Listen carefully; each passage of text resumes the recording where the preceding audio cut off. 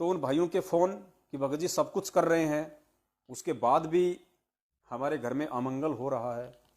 रिश्तेदार तक कहते हैं यार तुम भक्ति कर रहे हो, बोले हमारे गुरुजी ऐसे, उन्होंने ऐसे ऐसे लाभ दे दिए, तुम ऐसे ऐसे इंटरव्यू का जिक्र करते हो, फिर तुम्हारे साथ में ऐसा क्यों नहीं हो रहा, तुम तो भक्ति भी कर रहे हो। तो आज उन आत्माओं को दास बताना चाहता है, समझाना चाहता है कि भाई लोगों, सबसे बड़ी कमजोरी तो आपकी थी कि आपने बिना सोचे समझे, बिना बरवाला कांड की गहराई में गए, बिना संत के विषय में गहनता से पूछताछ किए बिना आप लोगों ने देखा देखी में नाम दीक्षा ले ली। क्योंकि नाम दीक्षा देने का अधिकार गांव गांव, नगर नगर, गली गली, देश विदेश में ये फर्जी नामदान केंद्र खोलने का आदेश परम पूज्य सतगुरु रामपाल जी महाराज जी की तरफ से सतलोक आश्रम मैनेजमेंट हरियाणा को नहीं है। अगर परमेश्वर ने इसी तरीके से गांव गांव में किसी भी ऐरे गहरे व्यक्ति के हाथों में नाम दीक्षा का ये जिम्मेदारी देनी होती, या ये ब्रांचें खुलवानी होती आसाराम की तरह, राम रहीम की तरह, निरंकारियों की तरह, तो परमात्मा 2014 से पहले ही खुलवा देते। लेकिन सन 1994 से 2014 तक गुरुजी ने जिस आश्रम में सत्संग किए, उस आश्रम के अलावा देश विदेश में कहीं कोई दूसरा नामदान केंद्र नहीं था। ये धार्मिक धंधा उनके जेल जाने के बाद उनके भाई ने, उनके परिवार वालों ने शुरू किया है। तो आपको विचार करना चाहिए था इन सब बातों पे। गुरुजी जेल में क्यों गए, उस घटना की तहकीकात में आपको जाना चाहिए था। तो आपको मालूम पड़ता कि सारा का सारा जो षड्यंत्र है, जो खेल है, वो गुरुजी के भाई का है, क्योंकि वो मर्यादा में रहे नहीं, वो सतगुरु को परमेश्वर मान नहीं पाए। और जो व्यक्ति चाहे कितना ही सत्संग सुन ले, कितना ही ज्ञान अर्जित कर ले, कितना ही अपने आप को भगत दर्शाने की कोशिश करे, जब तक गुरु को परमेश्वर के रूप में नहीं देखेगा, जब तक अपनी अंतरात्मा से गुरु को परमेश्वर नहीं मान लेगा, और गुरु को परमेश्वर मानने के बाद उस आत्मा का क्या भाव होता है, क्या श्रद्धा होती है, क्या लगन होता है, गुरु जी के सामने जाना, उठना, बैठना, बोलना क्या होता है, किस तरीके से होता है, तब तक वो व्यक्ति सतगुरु के रहम के काबिल नहीं होता। और गुरु पे अगर उसको विश्वास होता तो आज भगोड़ा बन के नहीं घूमता। हमेशा से गुरु जी के परिवार वालों ने, रिश्तेदारों ने उन्हें केवल रामपाल की दृष्टि से ही देखा है, एक संत की दृष्टि से भी नहीं देखा। वरना आज उनके भाई को, जवाई को, बेटे को, रिश्तेदारों को पुलिस के डर से भगोड़ा बन के घूमने की बिल्कुल भी आवश्यकता नहीं थी। अगर आप सच्चे थे, बरवाला कांड में आपका किसी प्रकार का कोई दोष नहीं था, तो जिस प्रकार मेरे पूज्य गुरुदेव बेबाक तरीके से पुलिस प्रशासन के साथ एक भगत के रोल में, एक आम व्यक्ति के रूप में, एक आम संत के रूप में, और ये दर्शाते हुए कि मैं परमपिता परमेश्वर के हवाले से हूं, मैंने उसकी भक्ति की है, मैंने उस पर विश्वास किया है, मैंने कुछ गलत नहीं किया है, और मुझे उसके न्याय पे पूर्ण विश्वास है, मैं संघर्ष करूंगा, मैं सत्य का सामना करूंगा। और जिस बेबाक तरीके से गुरुदेव पुलिस प्रशासन के साथ कोर्ट गए, फिर जेल गए, और आज इतनी विकट परिस्थितियों में भी बेबाक तरीके से वहां बैठे हुए हैं, उसी तरीके से इन लोगों को भी अपने व्यवहार को दर्शाना चाहिए था, ना कि बरवाला कांड की रात्रि में भगोड़े बन के और संगत के सामने यह पेश करना था कि हम कितने बड़े झूठे इंसान हैं, हम कितने बड़े मक्कार इंसान हैं, हम कितने बड़े घटिया इंसान हैं, और हम भगत के वेश में कितने बड़े भेड़िए हैं। गुरु का भगत है, सतगुरु का भगत कभी भी भगेगा नहीं, वो सामना करेगा, क्योंकि उसे अपने गुरुदेव पे विश्वास होगा, अपने गुरुदेव की भक्ति पे उसको विश्वास होगा।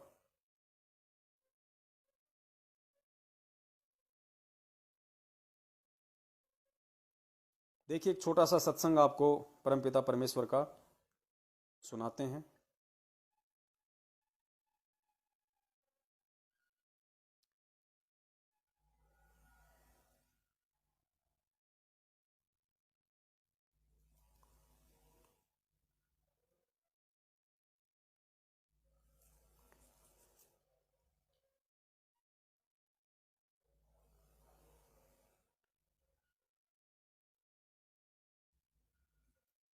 देखिए कितने अच्छे तरीके से पूज्य गुरुदेव जी हम नादानों को समझाने की कोशिश कर रहे हैं कि तुम भक्ति तो कर रहे हो, लेकिन तुम अपने गुरु को परमेश्वर के रूप में नहीं देख रहे। और जब तक तुम अपने गुरु को परमेश्वर के रूप में नहीं देखोगे, जब तक तुम्हारे अंदर सतगुरु और परमात्मा कति एक नहीं हो जाएंगे, अर्थात तुम्हें अपने गुरु के अलावा भगवान के रूप में, परमेश्वर के रूप में सृष्टि में कोई दूसरा दिखाई ही नहीं देगा, तब मानना कि वास्तव में हम एक भगत की श्रेणी में हैं और हम उस परमपिता परमेश्वर से किसी भी प्रकार का आध्यात्मिक लाभ लेने की स्थिति में है।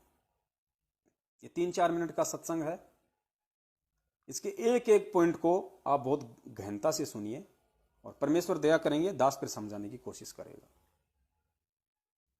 आपके मन में ये नियम है ईश्वर का, गुरु मानुष कर। क्या नियम है ईश्वर का? गुरुदेव कह रहे हैं ये नियम है ईश्वर का, यानी परमात्मा का भक्ति विधान है, ये संविधान है, ये अटल है। क्या? गुरु मानुष कर जानते ते नर कहिए अंधे। कर जानते ते, ये नियम है ईश्वर का, गुरु मानुष कर जानते ते नर कहिए अंधे। वह दुखी संसार में आ गए यम के फंदे। जैसे गुरु या भगवान भगवान हम कर रहे हैं और परमात्मा आपके पास आ जाए और आपसे बात करे, आपसे कहे बेटा शराब नहीं पीना है, आपने बीड़ी नहीं पीनी है, चोरी नहीं करनी है, किसी की आत्मा नहीं दुखानी है, तो आप क्या करोगे? आप उनकी बात को मानोगे क्योंकि भगवान कह रहा है। तो यही दास कह रहा है, समझो कबीर परमात्मा कह रहा है, यही सोचकर आपने ये बुराई और आज्ञा का पालन करें सरेगा। पूज्य गुरुदेव जी कह रहे हैं, हमें समझाने की कोशिश कर रहे हैं अपने आप को छुपाते हुए, कि अगर कल को परमपिता परमेश्वर कबीर साहब मुझ रामपाल दास की जगह पे अगर यहां आ जाएं और जो सत्संग मैं कर रहा हूं वो सत्संग यदि वो करें और कहें कि बेटा बीड़ी नहीं पीनी, सिगरेट नहीं पीनी, बुरे कर्म नहीं करना, चोरी जारी नहीं करनी, तो तुम क्या करोगे? तुम उनकी बात मानोगे। क्यों? क्योंकि तुम्हें प्रत्यक्ष दिखाई दे रहा है कि सामने कबीर परमेश्वर बैठे, भगवान बैठा हुआ है। तो गुरुदेव कहते हैं भक्ति मार्ग में तुम तब तक सफल नहीं हो सकते जब तक कि मुझे उस परमेश्वर की जगह पे मान के और मेरे द्वारा कहे गए प्रत्येक वचन को नहीं मानोगे, तब तक तुम सफल नहीं हो सकते। अतः ये सोचो, ये दास बैठा है, समझो कबीर परमेश्वर बैठा है, कबीर परमेश्वर कह रहे हैं। जब तक तुम इस प्रकार का व्यवहार अपने सतगुरु के साथ नहीं करोगे, तब तक तुम भक्ति मार्ग पे सफल नहीं हो सकते। अब गुरुदेव ने हमें क्या क्या आदेश दिए? झूठ नहीं बोलना, चोरी नहीं करनी, जारी नहीं करनी, डाका नहीं डालना, मिलावट नहीं करनी। ठीक है, गुरुदेव ने यह भी तो कहा कि बेटा गंदी राजनीति नहीं करनी, हमें किसी के धरने प्रदर्शनों से कोई मतलब नहीं है। और जब तक हम गुरुदेव की प्रत्येक बात को यह सोचकर नहीं मानेंगे कि गुरुदेव नहीं कबीर परमात्मा कह रहे हैं, तब तक हम सफल नहीं हो सकते। अगर हम उनकी इन बातों को नहीं मान रहे और उनकी बातों से हटके यदि हम उनके परिवार की बातों को अधिक महत्व दे रहे हैं, उस पीले पर्चे की बात को अधिक महत्व दे रहे हैं जो कह रहा है कि फलानी फलानी जगह वार्ड पंच के चुनाव हैं, फलानी जगह पार्षद के चुनाव हैं, वहां बीजेपी का चुनाव है, वहां कांग्रेस का चुनाव है, वहां जेजेपी का चुनाव है, गुरुजी का आदेश है कांग्रेस को वोट डालो, गुरुजी का आदेश है अब बीजेपी को वोट डालो क्योंकि बीजेपी की हमारी विचारधारा मेल खाती है। आप लोगों को मूर्ख बनाया कि नहीं बनाया? कितनी बार आप लोगों से वोट डलवा दिए, हरियाणा के जाट आरक्षण में आप लोगों को धक्के खिलाने के लिए बैठाया। गुरु आदेश के विपरीत आपने कुपात्रों को कितने समय से दान धर्म किया है। आज ज्योति पाठ दान का पैसा आप किसे दे रहे हैं? आपका गुरु जो सुपात्र है वो तो जेल में बैठा है, आप किसको दे रहे हैं? तो बताइए, नाम दीक्षा लेने के बाद भी और फार्म पे लिखी हुई मर्यादाओं को फॉलो करने के बाद भी यदि आपके ऊपर कोई संकट आ रहा है, भूत प्रेत की बाधा से आपको कोई राहत नहीं मिल रही है, अन्य प्रकार की कोई आपत्ति आपके ऊपर आ रही है, तो वो इसलिए आ रही है क्योंकि आप परमेश्वर के लिखित संविधान को, सत्संग रूपी संविधान को फॉलो नहीं कर रहे। आप गुरुदेव की आज्ञा का पालन ना करके आप गुरुदेव के उन कुपात्र चेलों की आज्ञा का पालन कर रहे हैं जो कभी गुरुदेव के थे ही नहीं, जिन्होंने कभी गुरुदेव को एक आम व्यक्ति, एक मानुष से बढ़ के समझा ही नहीं। सुनिए। खानी है तो आप क्या करोगे? ये नियम है ईश्वर का। गुरु मानुष कर जानते ते नर कहिए अंधे, वह दुखी संसार में आज्ञयम के, वह दुखी संसार में आज्ञयम के फंदे। जैसे गुरु या भगवान भगवान हम कर रहे हैं और परमात्मा आपके पास आ जाए और आपसे बात करे, आपसे कहे बेटा शराब नहीं पीना है, आपने बीड़ी नहीं पीनी है, चोरी नहीं करनी है, किसी की आत्मा नहीं दुखानी है, तो आप क्या करोगे? आप उनकी बात को मानोगे क्योंकि भगवान कह रहा है। तो यही दास कह रहा है, समझो कबीर परमात्मा कह रहा है, यही सोचकर आपने ये बुराई और आज्ञा का पालन करें सरेगा, तो तब हम परमात्मा पाएंगे, नहीं तो नहीं मिल सकता। हम भगवान को चाह रहे हैं, परमात्मा के दरबार में जाएंगे, वहां इस दास के रूप में आपको परमात्मा मिलेगा। और जैसा आपका व्यवहार विचार, जैसा बोलना, जैसे आपके मन में श्रद्धा या कपट जो भी है, ये विद्यमान रहेगा। और यदि आपने यहीं से वो रिहर्सल कर ली कि कबीर ये परमात्मा है, बस परमात्मा के समक्ष कैसे बोलते? सारी रिहर्सल गुरुदेव के सत्संग आधार से हमने यही करनी पड़ेगी। आज जो भगत यहां पे धोखा खा रहे हैं, ठीक यही स्थिति शरीर छोड़ने के बाद होगी। गुरुदेव कहते हैं कि तुम्हें मालूम भी नहीं पड़ेगा कि तुम्हारा शरीर छूट गया, एक सौपन जैसा होगा, सेम टू सेम यही सिस्टम होगा और तुम ठगी के शिकार हो जाओगे। अगर आज तुमने ज्ञान को आधार बना के इस अभ्यास को नहीं किया, खरे नहीं उतरे कि गुरुदेव से हमने कैसा व्यवहार करना है, गुरुदेव के सत्संगों को किस प्रकार से आधार बना के चलना है, किस प्रकार हमने कदम कदम पे ज्ञान को आधार बना के चलना है, ठीक यही स्थिति शरीर छूटने के बाद होगी। तुम सोचोगे हम तो किसी सत्संग में जा रहे हैं और रास्ते में तुम्हें एक पीला पर्चा दे देगा कोई, व्हाट्सएप पे मैसेज आ जाएगा और कह देगा कि भाई गुरु जी का आदेश है, सत्संग कैंसिल हो गया, सत्संग में नहीं आना। क्या करोगे? तुम घर वापस चले जाओगे। तुम आश्रम ना जाके घर वापस नहीं जा रहे, तुम त्रिकुटी पे जाने वाले थे और किसी ऐरे गहरे व्यक्ति के कहने से, उसके आदेश से तुम वापस अपने घर को जा रहे हो। काल ने तुम्हें ठग लिया क्योंकि तुम्हारे यही भाव होंगे उस समय, तुम्हें मालूम ही नहीं पड़ेगा। उस समय भी तुमसे काल इसी तरह से ठगी करवाएगा, तुमसे ज्योति पाठ के पैसों के लिए कहेगा, तुमसे फला फला रैलियों में शामिल होने के आदेश दिलवाएगा अपने एजेंटों के माध्यम से। जिन एजेंटों को तुम आज यहां देख रहे हो, उन्हीं एजेंटों का रूप बना के आ जाएगा, उसी महेंद्र का रूप बना के वहां खड़ा हो जाएगा बीच में, उसी स्टेट कोऑर्डिनेटर का रूप बना के वहां खड़ा हो जाएगा, जिसकी तुम आंख बंद करके बातें मान रहे हो। और तुम्हें ऐसा उल्टा आदेश दिलवा देगा कि तुम्हारे को वो आदेश मानना पड़ेगा। क्यों? क्योंकि तुम्हारी आदत पड़ी हुई है, तुम उसको मना कर ही नहीं सकते, क्योंकि इस बात का तुम्हें मालूम नहीं पड़ेगा कि मेरा शरीर छूट चुका है और मैं त्रिकुटी पे जा रहा हूं और रास्ते में मेरे साथ ये षड्यंत्र हो रहा है। और दूसरी तरफ तुमने कभी ज्ञान को आधार बनाया नहीं, सत्संग रूपी आदेशों पे तुम कभी चले नहीं।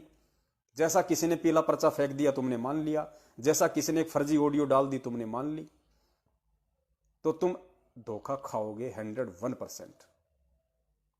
इसलिए परमात्मा कहते हैं कि तुमने जीते जी इस शरीर में ये रिहर्सल करनी पड़ेगी, ये तुम्हारा अभ्यास हो रहा है। और जैसा तुम्हारा आचार विचार व्यवहार श्रद्धा भाव लगन अपने गुरु के प्रति, इस भक्ति के प्रति इस शरीर में होगी, शरीर छूटने के बाद सेम टू सेम ऐसी ही होगी। तुम वही भाव लेके वहां ऊपर जाओगे, वही श्रद्धा लेके तुम ऊपर जाओगे। आज अगर तुम अपने गुरु को एक आम मानुष मान रहे हो, आज अगर तुम अपने गुरु का जन्मदिन मना के उनको एक आम व्यक्ति, आम मानुष साबित कर रहे हो, ऊपर भी तुम्हारे यही भाव होंगे। और सतगुरु को बिना परमेश्वर माने, सतगुरु को प्रकट हुआ माने बिना, फिर तुम्हारे साथ ऊपर वही ठगी होगी, क्योंकि तुम सतगुरु और परमेश्वर को डबल रोल में देख रहे हो। तो काल तुम्हारे साथ फिर वहां पे ठगी करेगा। सुनिए। आपने यहीं से वो रिहर्सल कर ली कि कबीर ये परमात्मा है, बस। अगर तुमने यहीं से रिहर्सल कर ली कि कबीर ये परमात्मा है, मेरे सामने जो मेरे गुरु के रूप में है यही परमात्मा है और कोई परमात्मा नहीं है, और फिर गुरुदेव क्या कहते हैं कि त्रिकुटी पे कौन मिलेगा? इस दास के रूप में, यानी इस रामपाल दास के रूप में कबीर परमात्मा मिलेंगे। क्यों मिलेंगे भाई? अगर कबीर परमात्मा कोई और है, कोई अलग है, उनका रूप रंग अगर कुछ अलग है तो वो मिलने चाहिए ना। यही रूप हमें त्रिकुटी पे क्यों मिलेगा भाई? अगर त्रिकुटी पे अगर कोई और परमात्मा है, अगर कोई कबीर नाम से अगर कोई और परमात्मा है, हमारे पूज्य गुरुदेव के अलावा, जिनका वेदों में नाम है कबीर देव, आज वर्तमान में संत रामपाल जी महाराज जी के रूप में है, और वर्तमान का उनका जो रूप है, जो चेहरा है, जो शकल है, वो उनका वो वास्तविक चेहरा है जो सतलोक में है। आज से पहले परमेश्वर अपने वास्तविक चेहरे में नहीं आए। 650 साल पहले जो दाढ़ी मूछ वाला है वो कबीर परमेश्वर का वास्तविक चेहरा नहीं है। असली चेहरा परमात्मा का आज है, क्योंकि भक्ति युग पार करने का समय आज है। कहते हैं ना कि साधु दर्शन राम का, मुख पे बसे सुहाग, दर्श उन्हीं को होते हैं जिनके पूर्ण भाग। यानी पूज्य गुरुदेव जी के दर्शन करने मात्र से भी हमारे पुण्य बनेंगे। तो पुण्य तभी बनेंगे जब उस परमेश्वर का वास्तविक रूप हमारे सामने होगा। तो ये परमेश्वर की वास्तविक शकल है, उनकी वास्तविक उनकी प्रतिमा है। क्यों? गुरुदेव कहते हैं कि त्रिकुटी में इस दास के रूप में आपको कबीर परमात्मा मिलेंगे। हमें क्या पता चलेगा भाई? हमें क्या मालूम? जब यहां हमारे गुरुदेव के रूप में संत रामपाल जी महाराज हैं, और त्रिकुटी में भी यदि संत रामपाल जी महाराज ही, यानी संत रामपाल जी महाराज की उसी शकल में अगर कोई कबीर परमात्मा आएगा, तो हमें कैसे मालूम पड़ा कि फिर परमात्मा कौन है, कौन परमात्मा आया? हमें मालूम ही नहीं पड़ेगा इन बातों का, क्योंकि हमने फिर किसी परमात्मा को देखा ही नहीं। त्रिकुटी से फिर ऊपर गुरुजी के रूप में ही कबीर परमात्मा हमें ऊपर लेके जाएगा, सतलोक लेके जाएगा। तो कबीर परमात्मा है कौन फिर दूसरा? जब हमारे गुरु के रूप में संत रामपाल जी महाराज, त्रिकुटी पे संत रामपाल जी महाराज मिलेंगे, त्रिकुटी से ऊपर संत रामपाल जी महाराज जी हमारे को भंवर गुफा से लेके जाएंगे, मानसरोवर लेके जाएंगे, फिर सतलोक लेके जाएंगे। तो दूसरा कबीर भगवान कौन आ गया? इसलिए पुण्यात्माओं परमात्मा अपने आप को छुपाते हैं कि इस दास के रूप में त्रिकुटी पे आपको कबीर भगवान मिलेगा। वो इसलिए हमें ये समझाने की कोशिश कर रहे हैं। उनका ये कहने का जो संकेत है, जो मतलब है कि इस दास के रूप में कबीर परमात्मा मिलेगा, अब ये हम भक्तों ने समझना होगा यहां पे कि अगर कोई कबीर परमात्मा और है, कोई दूसरा है, तो वो मिलना चाहिए ना। और अगर गुरुजी के रूप में कोई दूसरा कबीर परमात्मा आ रहा है तो हमारे लिए उसका महत्व क्या है? क्योंकि हमें तो गुरुजी दिखाई देंगे वहां, और यहां भी गुरुजी, तो दूसरे से हमें मतलब ही क्या है? तो क्यों ना हम आज ही उनको कबीर परमेश्वर मान लें, जब हमने आज तक कोई दूसरा कबीर परमात्मा देखा ही नहीं इस जीवन में अपने सतगुरु के अलावा। और त्रिकुटी पे भी सतगुरु ही मिलेंगे, ऊपर भी सतगुरु लेके जाएंगे, तो कबीर परमात्मा है कौन? ये तो कॉमन सेंस की बात है। अब गुरु जी खुद नहीं कहेंगे कि भाई मैं ही हूं, क्योंकि काल भगवान के साथ उनका एग्रीमेंट है, लेकिन उन्होंने कह भी दिया। बहुत सारे सत्संगों में गुरुजी ने इस बात को बोल भी दिया। जिनको विश्वास नहीं, जो समझ नहीं पाते, उनको खुल के भी कह दिया परमेश्वर ने। सुनिए दूसरा सत्संग, इसको हम थोड़ा बाद में लेंगे।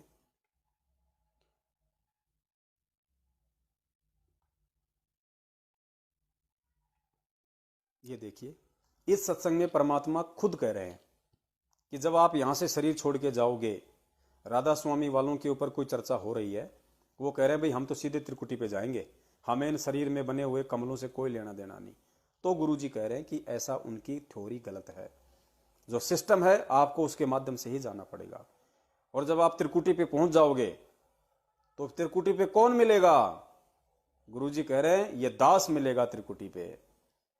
और फिर परमात्मा बात को घुमा गए, सच बोल दिया, हकीकत बता दी। फिर परमेश्वर अपने आप को छुपा गए, ये कह के पहले तो कह दिया कि फिर त्रिकुटी पे कौन मिलेगा? ये दास मिलेगा आपको त्रिकुटी पे। और फिर बात को छुपा दिया कि परमात्मा इस दास के रूप में मिलेंगे। सुनिए। कौन त्रिकुटी? देखो पुण्यात्मा, वही आत्मा क्या कहते हैं जो नकली संतों के अनुयायी हैं, वो ये कहते हैं कि जाना एक स्थान पर है, रास्ते न्यारे न्यारे। ये उनकी छोटी गलत है। रास्ता भी एक है और जाना भी एक स्थान पर है। जैसे हमने ये जीव इस शरीर के अंदर है, इस शरीर के अंदर जो जीव है, इसको इन कमलों के अंदर से होकर, थोड़ा ध्यान से सुनना, आवाज इसकी स्लो है और कोई तरीका नहीं है, कोई रास्ता ही नहीं है। अब सुनना। और ये सबका एक है, ना हिंदू में भिन्न है, ना मुसलमान में भिन्न है, ना सिख में भिन्न, ना ईसाई में भिन्न, ना बहन में भिन्न, ना भाई में भिन्न। तो हमने इन कमलों के अंदर से गुजरकर जाना है और त्रिकुटी पर पहुंचना है। तो इन कमलों के अंदर से हम जाएंगे तो इनका नो ड्यू सर्टिफिकेट हम लेते हुए जाएंगे तो हम त्रिकुटी पहुंच जाएंगे। त्रिकुटी पर जाकर के फिर कौन मिलेगा आपको? ये दास मिलेगा, परमात्मा मिलेगा इस दास के रूप में। देखिए, पहले गुरुजी कह रहे हैं कि त्रिकुटी पे आपको कौन मिलेगा? ये दास मिलेगा, यानी ये रामपाल दास मिलेगा। फिर बात को परमेश्वर घुमा गए अपने आप को छुपाते हुए कि परमात्मा मिलेगा इस दास के रूप में। इनका नो ड्यू सर्टिफिकेट हम लेते हुए जाएंगे तो हम त्रिकुटी पहुंच जाएंगे। त्रिकुटी पर जाकर के फिर कौन मिलेगा आपको? ये दास मिलेगा, ये दास मिलेगा, परमात्मा मिलेगा इस दास परमात्मा मिलेगा फिर इस दास के रूप में, आपके गुरु के रूप में। और वहां फिर आपका हिसाब कराएगा इस काल से, नहीं वो डंडी मार जाएगा वहां पर। डंडी मतलब हेरा फेरी नहीं करेगा। अब सुनना, काल वहां पे किस प्रकार से डांडी मारेगा, किन भक्तों के साथ में काल धोखा करेगा, किन भक्तों के साथ में? गुरुदेव कह रहे हैं काल त्रिकुटी पे जाने के बाद में उन्हीं भक्तों के साथ में धोखा करेगा। वही भगत काल के जाल का शिकार होंगे और वापस नीचे आएंगे, जिनका अपने गुरुजी के प्रति श्रद्धा भाव और लगन में कमी होगी, जो गुरुजी के साथ एक रस नहीं हो पाए, जो गुरुजी का जन्मदिन मना के उनको मानव साबित करते रहे, जो पूरी तरह से गुरु को परमेश्वर नहीं मान पाए, गुरु को कबीर के रूप में नहीं देख पाए, जो पूरा जीवन गुरु और कबीर दोनों को अलग अलग देखते रहे, उनके साथ में काल धोखा करेगा। ध्यान से सुनना। क्या लालच लोग दिखाए जाएंगे? जो आपने कर्जा उतार दिया ब्रह्मा विष्णु महेश का यह मंत्र जाप करके, जो आपको प्रथम मंत्र दिया जाता है, उसके बाद भी आपका ढेर सारा धन बच जाएगा, इतना बहुत गणा धन का मतलब ये कमाई बच जाएगी। वहां आपको लालच दिया जाएगा कि देख आपकी इतनी कमाई है, इतने वर्ष तक ब्रह्मा के लोक में ऐसे ठाठ करेगा, वहां ऐसा महादेव बनेगा, तो वहां पर इंद्र बन जाएगा, ऐसे ठाठ करेगा। ये फिर वो दूसरा मंत्र आपका है विष्णु जी का जो हम देते हैं, उसके कहते हैं इस मंत्र की इतनी कमाई इतनी और बच, जो हम देते हैं उसके कहते हैं इस मंत्र की इतनी कमाई इतनी और बच रही है इस विष्णु के लोक में, तू ऐसे ठाठ करेगा, वहां बड़ा स्वर्ग बना हुआ है। फिर शिव जी का मंत्र है, दुर्गा का मंत्र है, यानी इतनी कमाई आपकी बनी बची रही होगी। और वहां पर फिर आपको ट्रेलर दिखाए जाएंगे, जैसे कोई ग्राहक होते हैं ना फंसाने के लिए, नारे नारे अपने दिखाते हैं वो बिजनेसमैन दुकानदार, तो वो ट्रेलर दिखाए जाते हैं, देख उस लोग में कैसे नाच गाने हो रहे हैं, ऐसे ऐसे तेरा दे सारा रेस्ट हाउस है, ऐसा कमरा मिलेगा तुझे, वहां पर इतने डांस होंगे, ऐसे होंगे, ये ठाठ होंगे। तो ये मन तो वहां भी साथ ही होगा, मन तो वही है, तो वहां ये मन फिर आपके साथ आड़ कर जाएगा।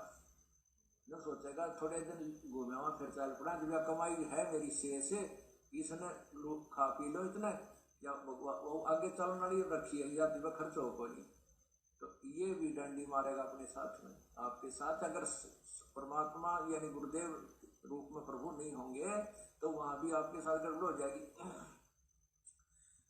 तो वो गड़बड़ उनके साथ होती है जो गुरु से। वो गड़बड़ किनके साथ होती है? अब ध्यान से सुनना। साथ अगर परमात्मा यानी गुरुदेव रूप में प्रभु नहीं होंगे अब तो वहां भी आपके साथ गड़बड़ हो जाएगी। तो वो गड़बड़ उनके साथ होती है जो गुरु से थोड़ा बहुत विमुख हो जाते हैं, श्रद्धा पूरी रहती नहीं, और लेकिन गुरुद्रोही ना होते उनके साथ ये डंडी ये गड़बड़ हो जाती है। गुरु जी कहते हैं वो गड़बड़ उनके साथ होती है जो गुरु विमुख हो जाते हैं, जो गुरु विमुख हो जाते हैं, लेकिन गुरु द्रोही नहीं होते। तो गुरु विमुख का मतलब यहां क्या है? गुरु विमुख का मतलब है गुरु और कबीर परमेश्वर दोनों को अलग अलग समझना। और जब तक आप अपने गुरु को कबीर परमेश्वर नहीं मानोगे ज्ञान आधार से, अपनी आत्मा से, तब तक आपके अंदर काल समाया रहेगा। तब तक आपके भाव, आपकी श्रद्धा अपने गुरु में वो नहीं बन पाएगी जो सतलोक जाने के लिए होनी चाहिए। तब तक वो श्रद्धा भाव आपकी नहीं बन पाएगी। तो ऐसी आत्माओं के साथ में त्रिकुटी पे जाने के बाद भी काल डांडी मार देगा, क्योंकि आपको पता ही नहीं चलेगा कि मैं त्रिकुटी पे आ गया। वहां ऐसा ही मेला होगा, ऐसे ही वहां पे सत्संग चल रहे होंगे, आप सोच रहे हैं भाई गुरुजी के सत्संग है, आ गए गुरुजी, जैसे आम दिनों में हम सत्संग सुनते हैं आश्रम में, मालूम ही नहीं पड़ेगा। बिल्कुल ऐसी ही सृष्टि वहां पर रच दी जाएगी, क्योंकि परीक्षा होगी वहां हमारी। तो आज हम इस वर्तमान जीवन में, इस धरातल पे शरीर में रहते सहते, इस स्थूल शरीर में, आज हम जिस प्रकार का व्यवहार सतगुरुदेव जी के ज्ञान आधार से भक्ति मार्ग पे कर रहे हैं, और गुरुदेव के ज्ञान को आधार बना के जिस प्रकार का व्यवहार हम अपने पूज्य गुरुदेव के साथ कर रहे हैं, हम उनको एक आम व्यक्ति के रूप में देख रहे हैं, आम संत के रूप में देख रहे हैं, या हम उनको साक्षात कबीर परमेश्वर मान रहे हैं। ठीक यही सिस्टम वहां होगा। अब सुनिए वो पहले वाला वीडियो जिसमें परमात्मा ने और भी खुल के बताया है।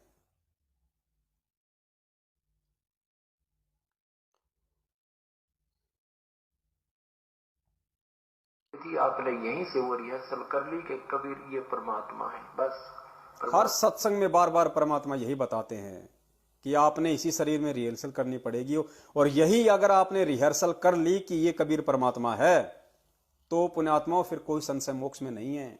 क्योंकि जो गुरु को ही परमेश्वर मान लेता है और गुरु के ज्ञान को आधार बना के चलता है, गुरु को परमेश्वर मानने का मतलब ये नहीं कि जुबान से बोल रहे हो कि गुरु जी परमेश्वर हैं, गुरु जी कबीर हैं, गुरु जी भगवान हैं, गुरु जी अविनाशी हैं, और जब समय आया तो उनका जन्मदिन मना दिया, समय आया तो उनको माँ के पेट से आया हुआ मान लिया।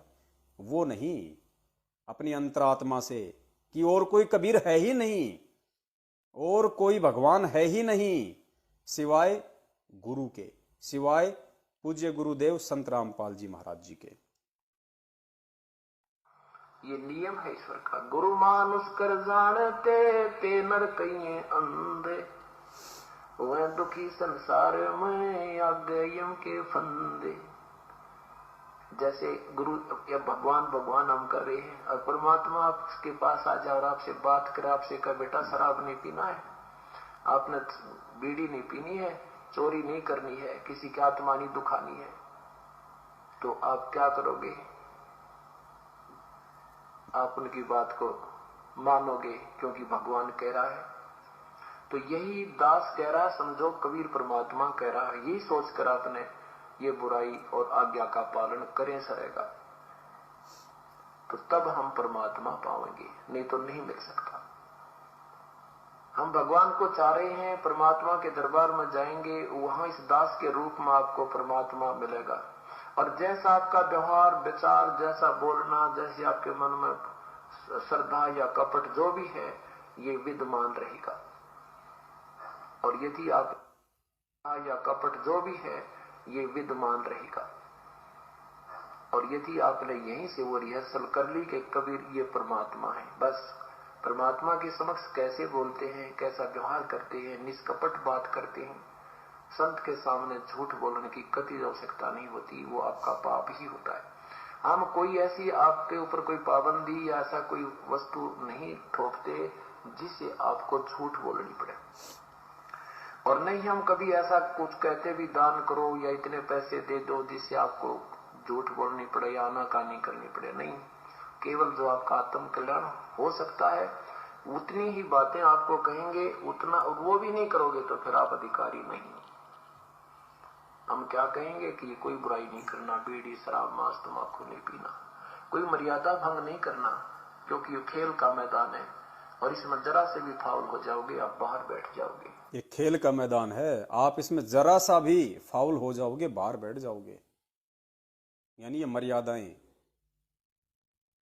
एक जीवन आपका चला जाएगा, एक जीवन चला तो हमें जाएगा। फाउल नहीं होना। फाउल पॉइंट अब धीरे धीरे आपके समझ में आ जाएंगे, कुछ कथाओं के माध्यम से और कुछ इस फॉर्म के ऊपर जो लिखे होते हैं इसमें भी हमने कुछ लिखे हैं, कुछ आप वैसे कॉमन सेंस से भी समझ जाओगे।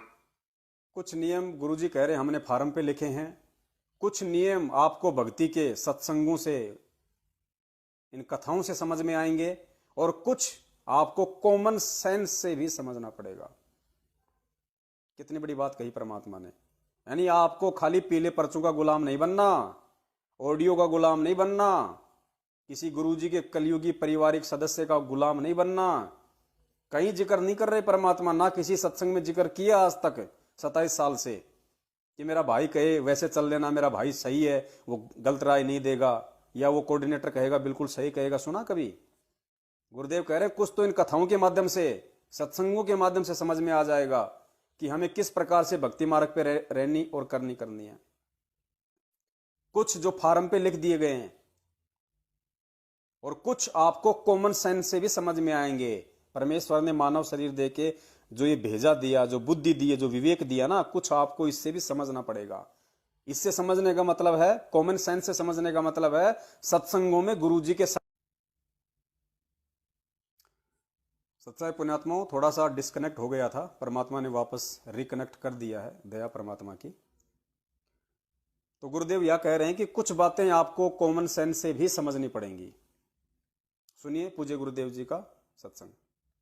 बैठ जाओगे, एक जीवन आपका चला जाएगा, तो हमें फाउल नहीं होना। फाउल पॉइंट अब धीरे धीरे आपके समझ में आ जाएंगे, कुछ कथाओं के माध्यम से और कुछ इस फॉर्म के ऊपर जो लिखे होते हैं इसमें भी हमने कुछ लिखे हैं, कुछ आप वैसे कॉमन सेंस से भी समझ जाओगे कि ऐसे ऐसे होता है। भी हमने कुछ लिखे हैं, कुछ आप वैसे कॉमन सेंस से भी समझ जाओगे कि ऐसे ऐसे होता है। एक भक्त नाम लेने, उसको कहा भाई मैं। अब सुनना ध्यान से आगे कि बिना ज्ञान को समझे, बिना ज्ञान को आधार बनाए, बिना गुरुदेव के सत्संगों को समझे बिना जो व्यक्ति नाम दीक्षा ले लेते हैं, इस तरह के किन किन व्यक्तियों को परमात्मा ने आध्यात्मिक जीवन में फेस किया है, किस किस तरह के भक्तों को परमात्मा ने सहा है, तब कहीं जाके इतने वर्षों के बाद में परमेश्वर की भक्ति का रंग चढ़ा है। परमात्मा किस प्रकार के भगत तैयार करना चाहते हैं। परमात्मा ऐसी घटनाओं के माध्यम से, ऐसे घटनाओं का जिक्र करके जो उनके साथ में घटित हुई हैं, इन सभी घटनाओं के माध्यम से परमात्मा हमें क्या समझाना चाहते हैं, हमें क्या बताना चाहते हैं कि आपने किस प्रकार से अपने आध्यात्मिक जीवन में सावधानियां रखनी है, सावधानियां बरतनी है। एक भगत की घटना का जिक्र करते हुए परमेश्वर हमें क्या समझा रहे हैं। नाम टूट गया, फॉर्म के ऊपर जो लिखे होते हैं इसमें भी हमने कुछ लिखे हैं, कुछ आप वैसे कॉमन सेंस से भी समझ जाओगे कि ऐसे ऐसे होता है। एक भक्त नाम लेने, उसको कहा भाई मैं तेरा नाम टूट गया, और 1-1.5 वर्ष से नाम दे रखा। जो बोला नो कुकर टूट गया, अरे तेरा गजब भैया, गुरु जी कह रहे भी तेरा नाम खंड हो गया, और आगे से ये बोल रहा है नो कुकर टूट गया। अरे तेरा कह दी हाँ जी कोई गलती बन गई होगी और आगे नहीं करेंगे। ये तो कुछ बात बोलना भी नहीं सीखा अभी तक तो हमने, और अब बात देखें सार नाम। गुरुदेव कहते हैं आपने अभी तक तो बोलना भी नहीं सीखा और इंतजार कर रहे हो सार नाम लेने का। अभी तो आपने अपने गुरुजी के समक्ष कैसे बोला जाता है, कैसे खड़ा हुआ जाता है, कैसे उनसे प्रार्थना की जाती है, कैसे बातें की जाती हैं, अभी तक तो आपने वो भी नहीं सीखा और बाट देख रहे हो सार नाम लेने की। ये 2008 का सत्संग है परमात्मा का। जिन्होंने जल्दबाजी में कि गुरुजी सार नाम दे दो, गुरुजी सार नाम दे दो, घर की खेती समझ रखी थी ना, परमात्मा ने पकड़ा दी कोई भी मंत्र, ये ले बेटा सार नाम, और देखना चाह रहे थे परमात्मा इसके अंदर कितने भाव है, कितनी श्रद्धा है, और उन्होंने साबित कर दिया फिर आगे चल के बरवाला कांड के माध्यम से। और बरवाला कांड के बाद आज अपने कुकर्मों को, आज अपने घटिया मनसूबों को जग जाहिर करके खुद भी अपने कर्म फोड़ रहे हैं, संगत से भी फोड़वा रहे हैं। तो आगे गुरुदेव कहते हैं कि सार नाम मिलेगा, ये मेरी मर्जी से होगा, सार नाम के लिए कितनी आधीनी चाहिए। और गुरुदेव कहते हैं कि आपने प्रार्थना करते रहना है। बताइए, जिन लोगों को सार नाम मिला है इन फर्जी नामदान केंद्रों से, रोहतक से 2014 के बाद हजारों की संख्या में लोगों को सार नाम मिला है डीवीडी के माध्यम से, फर्जी तरीके से। बताइए कितने लोगों ने गुरुदेव से प्रार्थना की थी। जबरदस्ती आपके मुंह में ठूसा गया है सार नाम, जबरदस्ती, सिर्फ धार्मिक धंधे के लिए कि सार नाम के नाम पे एक एक पाठ प्रकाश की लूट हो जाएगी। सुनो गुरुदेव आगे क्या कह रहे हैं, ध्यान से। एक भक्त नाम लेने उसको कहा भाई मैं तेरा नाम टूट गया, और 1-1.5 वर्ष से नाम दे रखा। जो बोला न को गया, और 1-1.5 वर्ष से नाम दे रखा। जो बोला न को टूट गया। अरे तेरा गजब भैया, गुरु जी कह रहे भी तेरा नाम खंड हो गया, और आगे से ये बोल रहा है नो कुकर टूट गया।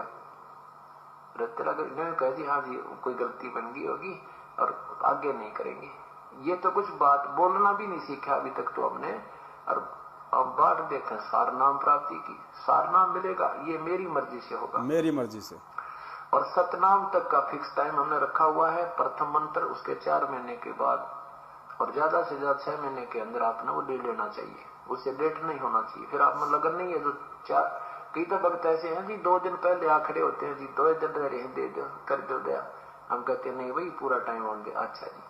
और कई 6 महीने 7 महीने मावे नाम दूसरा याद देना रहा लेना। अरे तेरा गजब हुई, फिर तू भक्ति का रंग ड्रामा कर रहा है। एक अनमोल वस्तु के पीछे रह रहा है, कोई आपकी प्रमोशन होनी होंगी या बदन के भाग जा, कई दिन रह रहे हैं।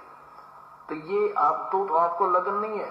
तो ऐसे कुछ आपके अंदर श्रद्धा हम देखते हैं, तो सतनाम आपको 4 महीने के अंदर अंदर ले लेना चाहिए।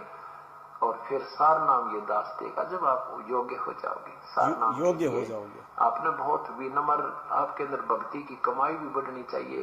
कति मन में सतगुरु और परमात्मा एक हो जाने चाहिए और विनम्रता आ जाएगी। सार नाम के लिए क्या होना चाहिए? परमेश्वर कहते हैं कति आपके मन में सतगुरु और परमात्मा एक हो जाने चाहिए। ये छोटी बात नहीं है समझदार भगत के लिए। सतगुरु और परमात्मा एक हो जाने चाहिए, अर्थात परमेश्वर को पता है कि अभी तक ये सार नाम की रट तो लगा रहे हैं कि गुरुजी सार नाम दे दो, सार नाम दे दो, लेकिन अभी ज्ञान आधार से ये सतगुरु और परमात्मा दोनों को अलग अलग देख रहे हैं।